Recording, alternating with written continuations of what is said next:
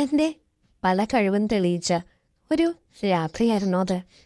എൻ്റെ ഏറ്റവും മൂത്ത ചേട്ടൻ്റെ ഭാര്യയുമായി ഞാൻ പലതും നടത്തി. എല്ലാം എങ്ങനെയാണെന്ന് വ്യക്തമായി തന്നെ ഞാൻ പറയാം. അതിനു മുന്നേ ഞാൻ എന്നെപ്പറ്റി പറയാം. എൻ്റെ പേര് അരവിന്ദ്. എൻ്റെ വീട്ടിൽ അച്ഛനും അമ്മയും 2 ചേട്ടന്മാരുമാണ് ഉള്ളത്. മൂത്ത ചേട്ടൻ വിവാഹം കഴിച്ച ആളാണ്. വിവാഹം കഴിച്ച പെണ്ണിനെ കണ്ടാൽ തന്നെ കൊതിയാകും. അത്രയ്ക്ക് വെളുത്തതാണ്. സ്നേഹിച്ചാണ് വിവാഹം കഴിച്ചതെങ്കിലും വീട്ടിൽ വന്ന് 1 മാസമൊക്കെ ആയപ്പോഴേക്കും അവർ തമ്മിൽ ഒരുപാട് പൊരുത്തക്കേടുകൾ വന്നു. സ്നേഹിച്ചിരുന്ന ഒരാളല്ലായിരുന്നു എൻ്റെ ചേട്ടൻ എന്നും പറഞ്ഞ് ചേച്ചിയുമായി എന്നും വഴക്കാണ്. സ്നേഹിക്കുന്ന സമയത്തുള്ള സ്വഭാവവും ആളും ഒന്നുമല്ല ഇപ്പോൾ എന്നൊക്കെ പറഞ്ഞാണ് എപ്പോഴും വഴക്ക്. ചിലപ്പോഴൊക്കെ അവർ 2 മുറിയിൽ പോലും കിടക്കുന്നത് ഞാൻ കാണാറുണ്ട്.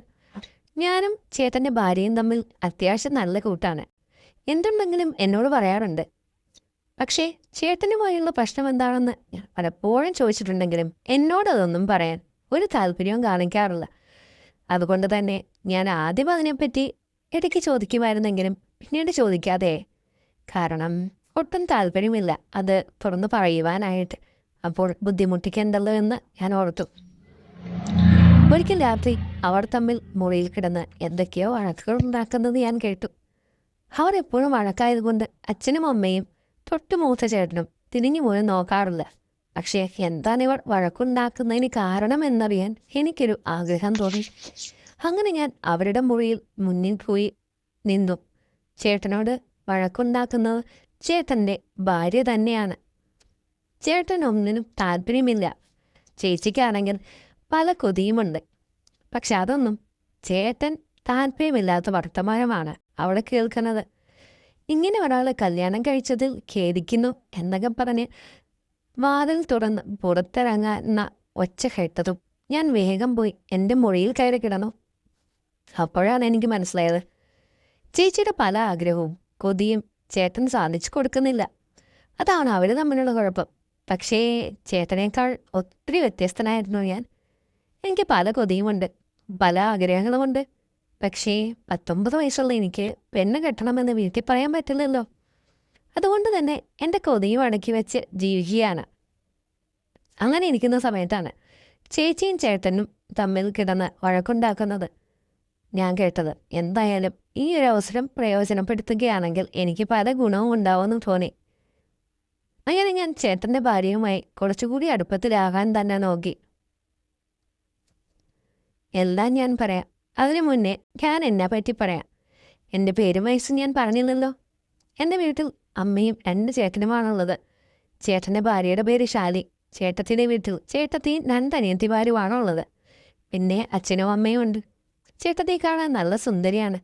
നല്ല വെളുത്ത നിറമാണ് മാറുകൾക്കും എല്ലാം തന്നെ. ചേട്ടത്തിക്ക് കുറച്ച് കൂടുതലാണ് മാറുകൾ. ഞാനുമായി നല്ല കൂട്ടാണ്. വിവാഹം കഴിഞ്ഞ് ആദ്യത്തെ 1 മാസം അവർ തമ്മിൽ ഒരു വഴക്കമുണ്ടായിരുന്നില്ല. പിന്നെയും മുറിയിൽ നിന്നേറിയ പൊട്ടലും ചീറ്റലും കേട്ടു തുടങ്ങിയത്. ഇപ്പോൾ അവർ തമ്മിലുള്ള പ്രശ്നത്തിൻ്റെ കാര്യവും എനിക്കറിയാം. എൻ്റെ മനസ്സിലുള്ള ആഗ്രഹം ഒരുപക്ഷെ വിവാഹം കഴിക്കാതെ തന്നെ സാധിക്കാൻ ചേട്ടത്തി വഴി സാധിച്ചേക്കും. ചേട്ടത്തിയും അത് മനസ്സുകൊണ്ട് ആഗ്രഹിക്കുന്നുണ്ട്. പക്ഷേ കാര്യങ്ങളെല്ലാം ചേട്ടത്തി പറഞ്ഞ് സമ്മതിപ്പിച്ച് വേണം. കാരണം വീട്ടിൽ വേറെ ആരെങ്കിലും അതറിഞ്ഞാൽ പിന്നെ ഞാൻ ജീവിച്ചിരുന്നിട്ട് എൻ്റെ കാര്യമില്ല. പക്ഷേ ഇതെങ്ങനെ ചേട്ടത്തിയുടെ മുന്നിൽ അവതരിപ്പിക്കും? എന്തായാലും നേരിട്ട് ചേട്ടത്തിയോട് എനിക്ക് താല്പര്യമുണ്ട്, ചേട്ടനോ തരുന്നില്ല. ഞാൻ ചേട്ടത്തിക്കെല്ലാം തരാം എന്ന് പറയാൻ പറ്റില്ലല്ലോ. എങ്ങനെ അവതരിപ്പിക്കും എന്നത് തന്നെയായി പ്രധാന പ്രശ്നം. ചേട്ടത്തിയെക്കൊണ്ട് തന്നെ പ്രശ്നം എന്താണെന്ന് തുറന്നു പറയിപ്പിക്കുക, അത് തന്നെയേ വഴിയുള്ളൂ എന്നെനിക്ക് മനസ്സിലായി. അങ്ങനെ 2 ദിവസങ്ങൾ കഴിഞ്ഞു. അന്ന് ഞാനും ചേട്ടത്തിയും മാത്രമായിരുന്നു വീട്ടിലുണ്ടായിരുന്നത്. ചേട്ടത്തി പുറകുവശത്ത് തുണി അലക്കുകയായിരുന്നു. ഞാനപ്പോൾ വെറുതെ വർത്തമാനം പറയാൻ പോകുന്ന മട്ടിൽ ചേട്ടത്തിയുടെ അടുത്ത് കൂടി. എന്നിട്ട് ഞാൻ പറഞ്ഞു, എന്നെ ഒരു അടുത്ത കൂട്ടുകാരനായി കണ്ട് കാര്യം എന്താണെന്നും ചേട്ടത്തി പറ. എനിക്ക് കഴിയുന്നതാണെങ്കിൽ ഞാൻ സഹായിക്കാം. എന്നാൽ നിങ്ങൾ തമ്മിലുള്ള പ്രശ്നം കേട്ട് എനിക്കും ആകെ മനസ്സിന് വിഷമം. നിനക്ക് സഹായിക്കാൻ പറ്റുന്ന ഒന്നുമല്ലടാ ഞങ്ങൾ തമ്മിലുള്ള പ്രശ്നം. എൻ്റെ പൊന്ന് ചേട്ടത്തി, ഇങ്ങനെ കിടന്ന് ഒളിപ്പിച്ചു കഴിഞ്ഞാൽ കാര്യം എന്താണെന്ന് ഞാൻ എങ്ങനെ അറിയും? കാര്യം പറഞ്ഞാൽ മാത്രമല്ലേ എന്തെങ്കിലും വഴിയുണ്ടോ എന്ന് പോലും എനിക്ക് പറഞ്ഞു തരാൻ പറ്റുകയുള്ളൂ. ചേട്ടത്തി ദിലീപിൻ്റെ മിസ്റ്റർ ബട്ട്ലർ എന്നുള്ള സിനിമ കണ്ടിട്ടില്ലേ? അതിലെ ദിലീപ് പറഞ്ഞു കൊടുത്തതാണ് അവസാനം ആ ഫ്ലാറ്റിലുള്ള പല സ്ത്രീകളുടെയും പ്രശ്നങ്ങൾ മാറുന്നത്. അതുപോലെ എൻ്റെ ചെറിയ ഐഡിയ കൊണ്ട് ഇനി പ്രശ്നങ്ങൾ വല്ലതും മാറിയാലോ? എടാ, ഞാൻ എങ്ങനെയാ അതൊക്കെ നിന്നോട് തുറന്ന് പറയുന്നത്?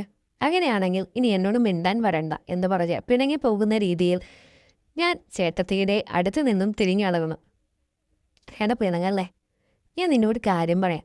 പക്ഷെ ഇത് വീട്ടിൽ വേറെ ആരും പറയരുത്, ആരോടും പറയില്ല. അങ്ങനെ ചേച്ചിയുടെ വെള്ള കയ്യിൽ ഞാൻ പിടിച്ച് സത്യം ചെയ്തു. എടാ, കാര്യം എന്തെന്ന് വെച്ചാൽ ഞങ്ങൾ സ്നേഹിക്കുന്ന സമയത്ത് നിന്റെ ചേട്ടനും ഞാനും പോകാത്ത സ്ഥലങ്ങളില്ല. ഇത് നിനക്കറിയാത്ത ഒന്നുമല്ലായിരിക്കുമല്ലോ. സ്നേഹിക്കുന്നവർ തമ്മിൽ ഒരുമിച്ച് കറങ്ങാൻ എവിടെയെങ്കിലുമൊക്കെ പോയാൽ എന്തൊക്കെ നടക്കുമായിരിക്കുമെന്നുള്ളത് അങ്ങനെയൊക്കെ നിങ്ങൾ നടത്തിയിട്ടുണ്ടല്ലേ? അത് ഞങ്ങൾ മാത്രമല്ല, നീ സ്നേഹിക്കുവാണെങ്കിൽ പോലും അതൊക്കെ നടത്തി എന്നൊക്കെ വരും.